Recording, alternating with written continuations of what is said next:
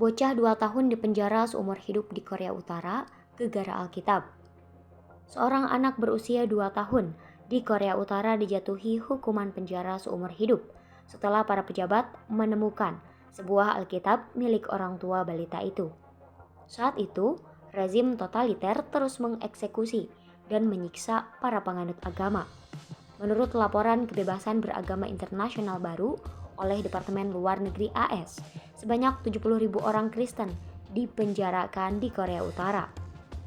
Temuan tersebut menggarisbawahi tindakan hukum brutal yang secara rutin dilakukan oleh pemimpin tertinggi Korea Utara, Kim Jong-un. Orang yang tertangkap membawa salinan Alkitab di Korea Utara menghadapi hukuman mati, sementara keluarga mereka, termasuk anak-anak, dijatuhi hukuman penjara seumur hidup. Laporan tersebut menyoroti pemenjaraan sebuah keluarga pada tahun 2009 berdasarkan praktik keagamaan mereka dan kepemilikan Alkitab oleh orang tua mereka. Seluruh keluarga, termasuk bayi berusia 2 tahun, dijatuhi hukuman seumur hidup di kamp penjara. Hak atas kebebasan berpikir, berkeyakinan, dan beragama di Korea Utara terus ditolak tanpa ada sistem kepercayaan alternatif yang ditoleransi oleh pihak berwenang, kata Sekretaris Jenderal PBB Antonio Guterres Juli lalu. Guterres menulis bagaimana situasi di Korea Utara tidak berubah sejak laporan hak asasi manusia tahun 2014 yang menemukan bahwa pihak berwenang hampir sepenuhnya menyangkal hak atas kebebasan berpikir, hati nurani, dan agama, dan menemukan bahwa pemerintah sering melanggar hak asasi manusia merupakan kejahatan terhadap kemanusiaan.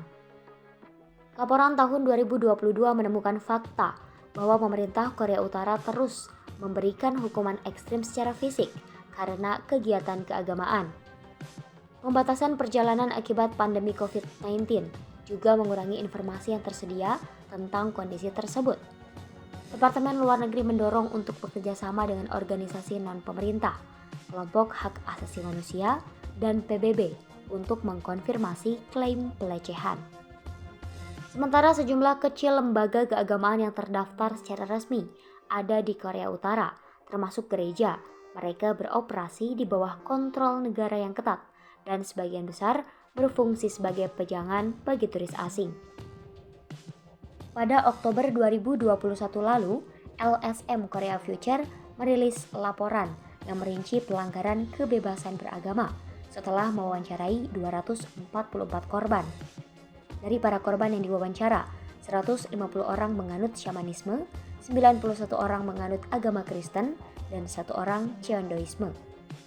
Usia para korban berkisar dari balita 2 tahun hingga orang dewasa lebih dari 80 tahun.